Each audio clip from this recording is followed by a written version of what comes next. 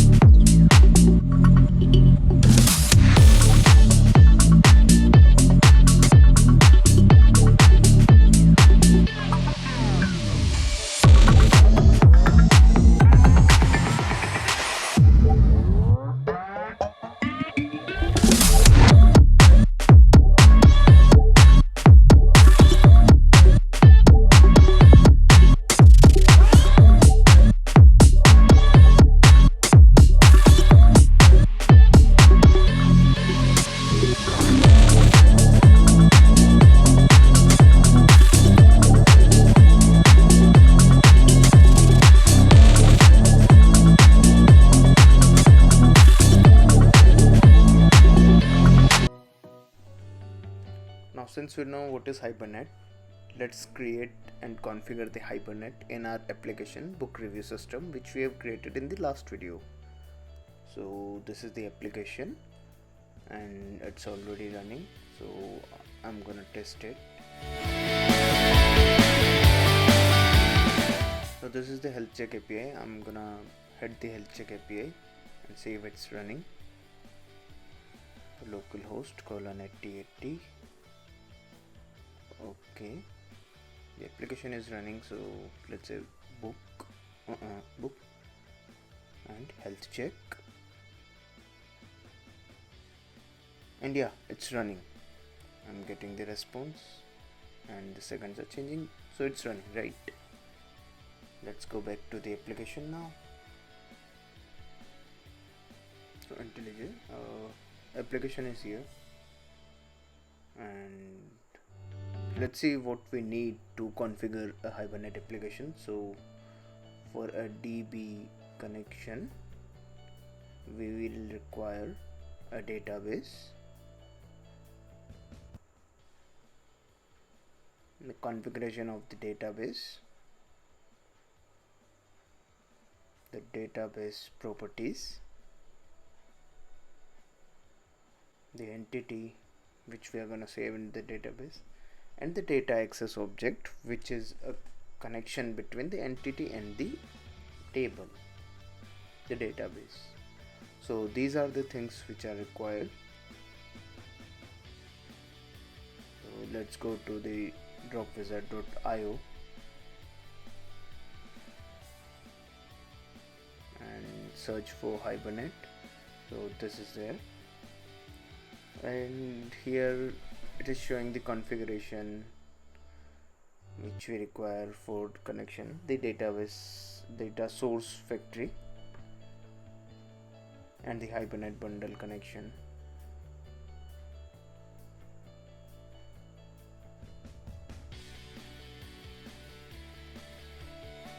What all the things we require, and it is showing the example of the person, so it is using the person DAO, and the database configuration, the properties, the driver class, the user ID, the password. Let me copy it so that I can use it directly. And yeah, there is the example. So I'm gonna create my own first. So let me create one properties file. Go to resource and new file. Let's name it as local properties.yaml.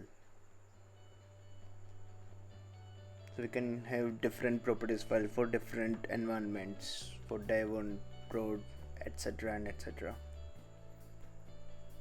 So let's create a password 123456, and let me first configure my DB so that I can fill these details. Now I've configured my DB, so let's create a username.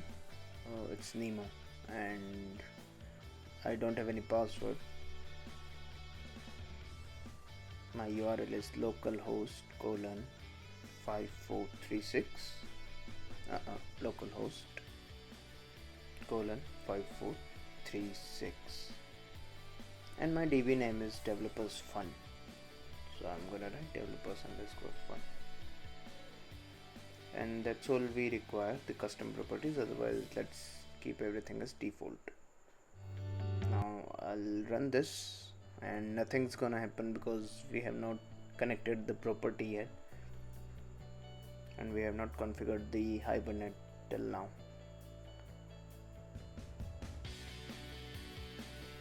Let's go to the configuration class now, because we have completed the DB configuration. Now we need the Hibernate configuration in the application. So first we are gonna create the data source factory, private data source factory, and I'm gonna generate the getters and setters. Okay, default one, and we need to initialize it, so I'll initialize it in such a way that it will always return a single instance, basically the singleton pattern. So I'll check if it is null. If it is null, then I'll create one, otherwise I'll just return.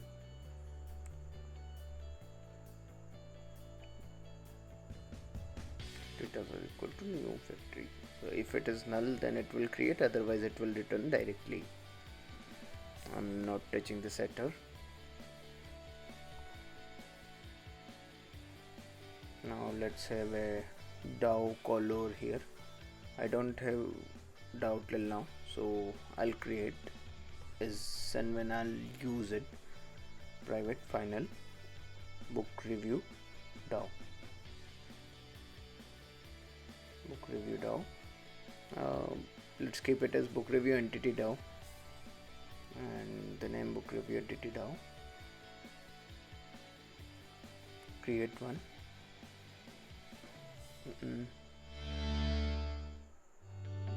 I need to create the class, so create the class in the package DAO, and this is not a DAO until and unless we extend it with the Hibernate abstract DAO. I mean the Dropwizard abstract DAO, and let's pass the entity inside this. So it's book review entity. I have not created the entity till now, so let's create one.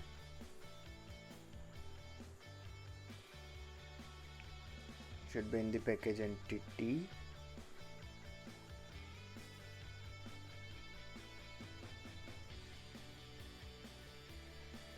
So the entity is generated, the DAO is generated, and it says okay, add it to the constructor and add it inside the resource also.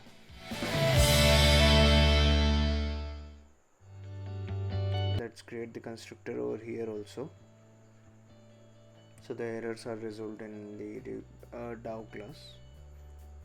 It is asking to add the DAO over here, but we don't have DAO till now, so let's create one. Let's book entity DAO, new book entity DAO, and it is asking for the session factory. Now how do we get a session factory? We don't have session factory anywhere, so let's create one. Let's create a Hibernate bundle, which we have seen previously. Hibernate bundle is equal to new Hibernate bundle, and it is an anonymous class.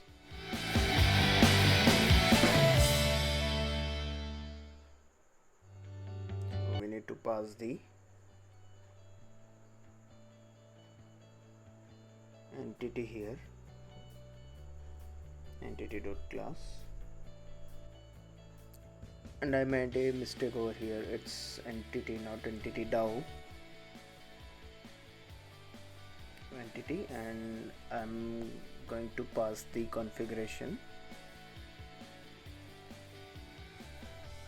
And the configuration here also. Now the override should resolve. Okay, it's entity. I'll need to pass the configuration, and yeah, the override is resolved now.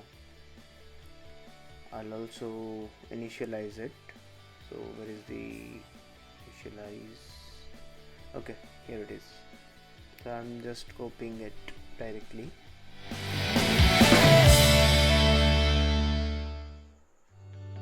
So I've created the Hibernate bundle. I have the session.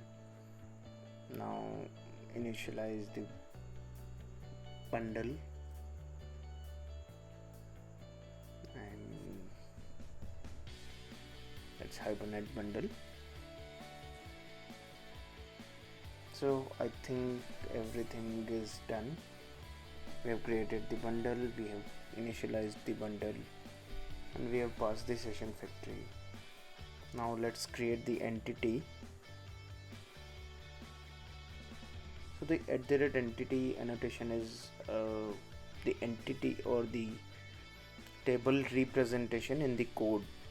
So it doesn't need to be necessarily same as the table name in the database. @table on the other end as the table name in the database.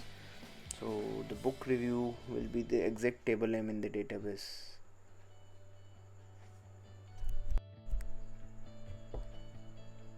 So let's create the ID under the columns.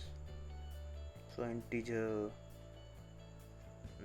let's create a string so that we can pass the UUID later on. And I'm gonna skip this part while I'm creating the entity. So now I have the entity ready, and I have passed the column names also. Let's generate the getters and setters, and we are good to go with the entity. So it's done. Now let's go to the DAO and make some methods to communicate with the DB. So first I'm creating the find with the ID. So let's pass the string ID.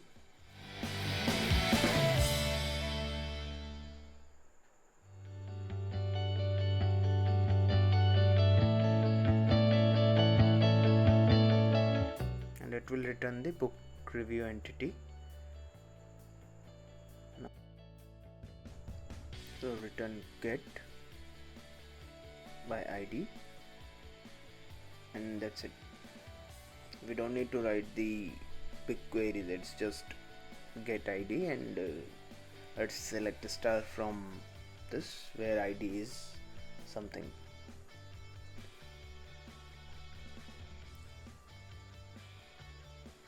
So let's create a similar one to save the entity. So it will return the book review entity only, and let's save. It takes the entity and saves from the same class, the persist one. So the abstract DAO is giving us these functionalities.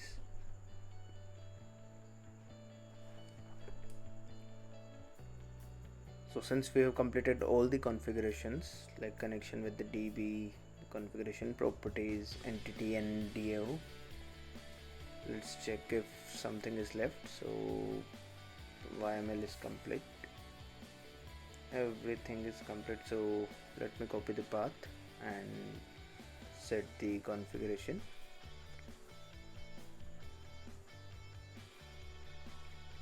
Let's wait for the application to run.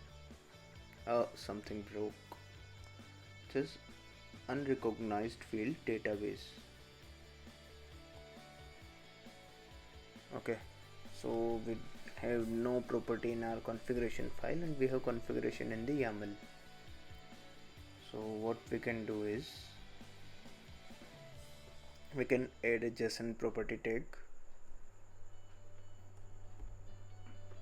and say database. I'm gonna copy the same for head setter also. Let's run it back.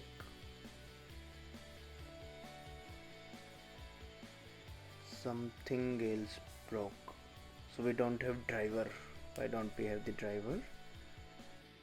Let me check.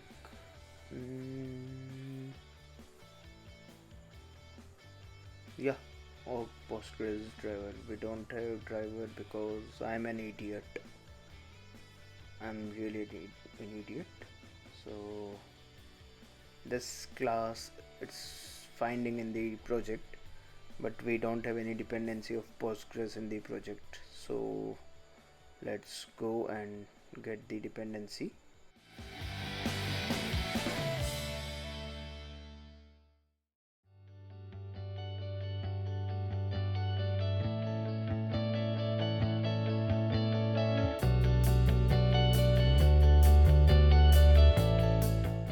Let's copy it and go to the project pom.xml.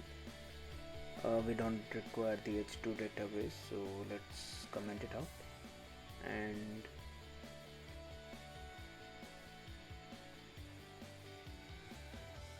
something is wrong. Let me refresh it. Okay, yeah, it took it. So whatever entity and the DAO annotations we are using, it's because of this Dropwizard Hibernate. And this org.postgres dependency will actually give us the driver of the Postgres database to connect with the language, or we can say the language support. So the application has started now. Great. Let's go to the configuration class. What we can do instead also is we can just remove this property, JSON property, and we can use the exact name of the property and put it into the properties file, and that will also work. So let's start it again.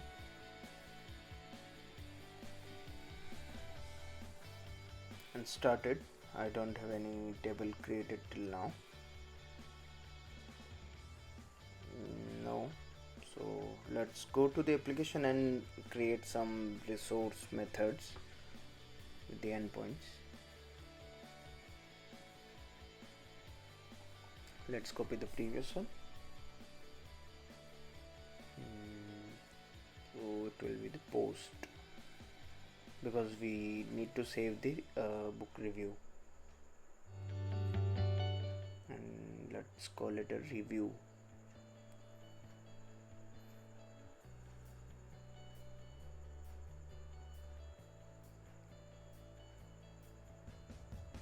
Post review, and it will take the body, the JavaX validation annotation here,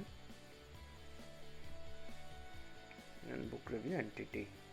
It's not a good practice to add an entity over here. We should use the request and response objects, but just for demo purpose I'm using the entity directly. So it will be, let's create a string only, and we will return the ID.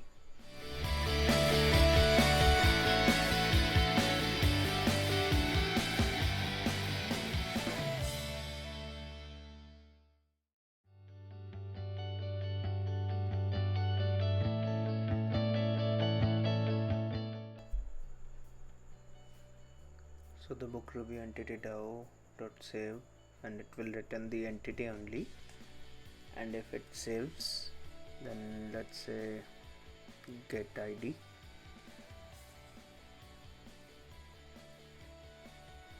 Let's check for the ID, because the client will not be passing the ID. So set ID, and I'm gonna generate a UUID.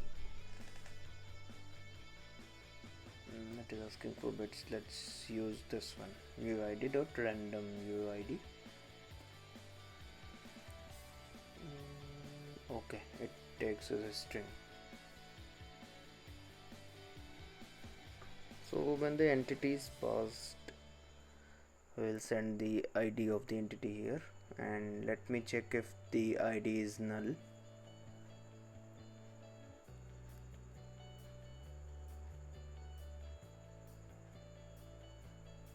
So we have Apache string utils which handles this. So it has is empty, that takes care of empty and null both.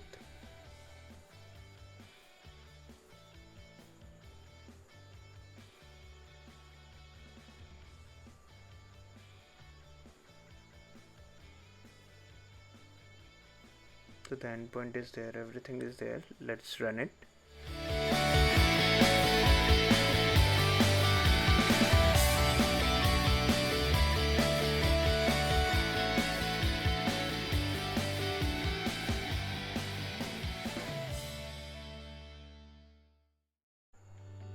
It is review.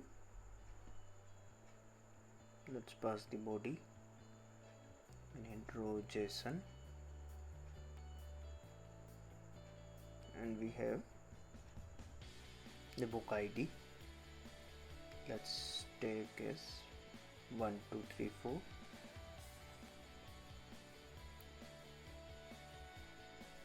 Don't judge me. And the rating 4.5.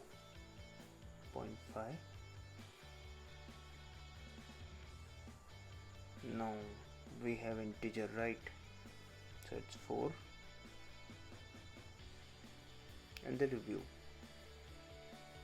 The book 1 2 3 4 I'm reading, it's a good book. It's a great book, but I'll just write good book because I've given the 4 as rating. Something broke. Let me see what happened.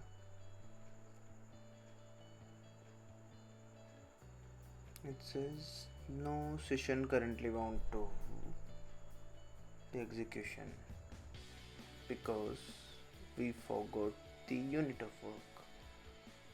This actually makes the flow, the API transactional, similar to @transactional is in the Spring Boot.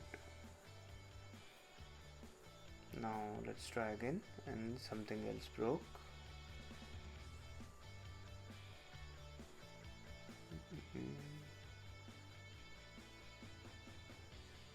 Relation book review does not exist.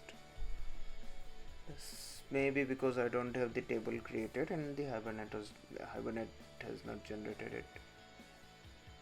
Let me check in the entity. Yeah, book review. So we don't have the table yet. Now I've created the table and yeah, it is working. I got the ID. Let's go to pgadmin, and this query I ran just to create the table. I have these 4 columns. Let's get the data now. Okay, all rows, and this ID is there, right? With the book ID and the rating and the review. Let me create one more. 1 2 3 5, and another ID is there. So where is refresh? Okay. I'll just get the data directly. So we have 2 records, 1 and 2, with 1 2 3 4 and 1 2 3 5. So yeah, it works.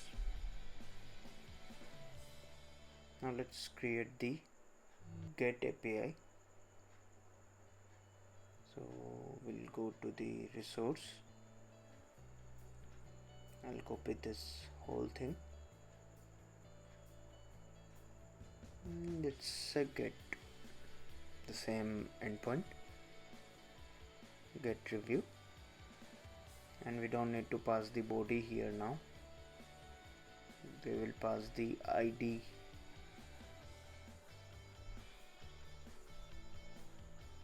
So the book ID,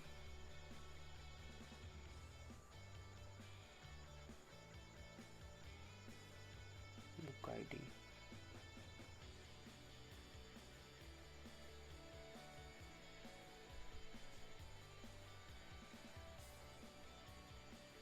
It's basically a review ID, but we'll pass it as a book ID, and we will change the API later to get all ratings and reviews by book ID. So let's keep it like this and remove this one.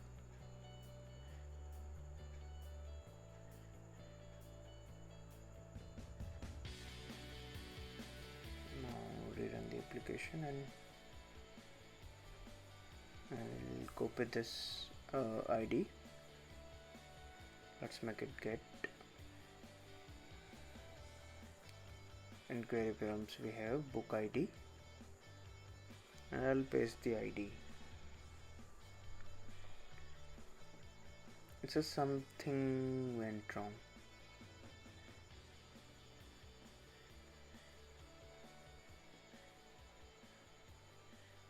Okay, media type I've used as a plain text.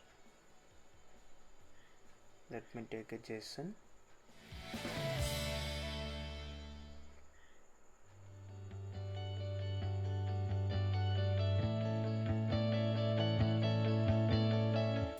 And yes, it works. So I have book ID, review, rating, and the ID, everything is there. Let's pass a wrong ID and it says 204. No content. Yeah, that's true, because I have not put anything with that ID. How can you find it? If you find it, then it's a strange thing. So yeah, that's it. That's pretty much the end of the video. Hope you like this. Thank you so much for being a great audience. Hope you like this video, and if you have any questions you can post in the comment box below. You can contact me on my email address, developersfun@gmail.com, and thank you. Hit the subscribe button to get future updates.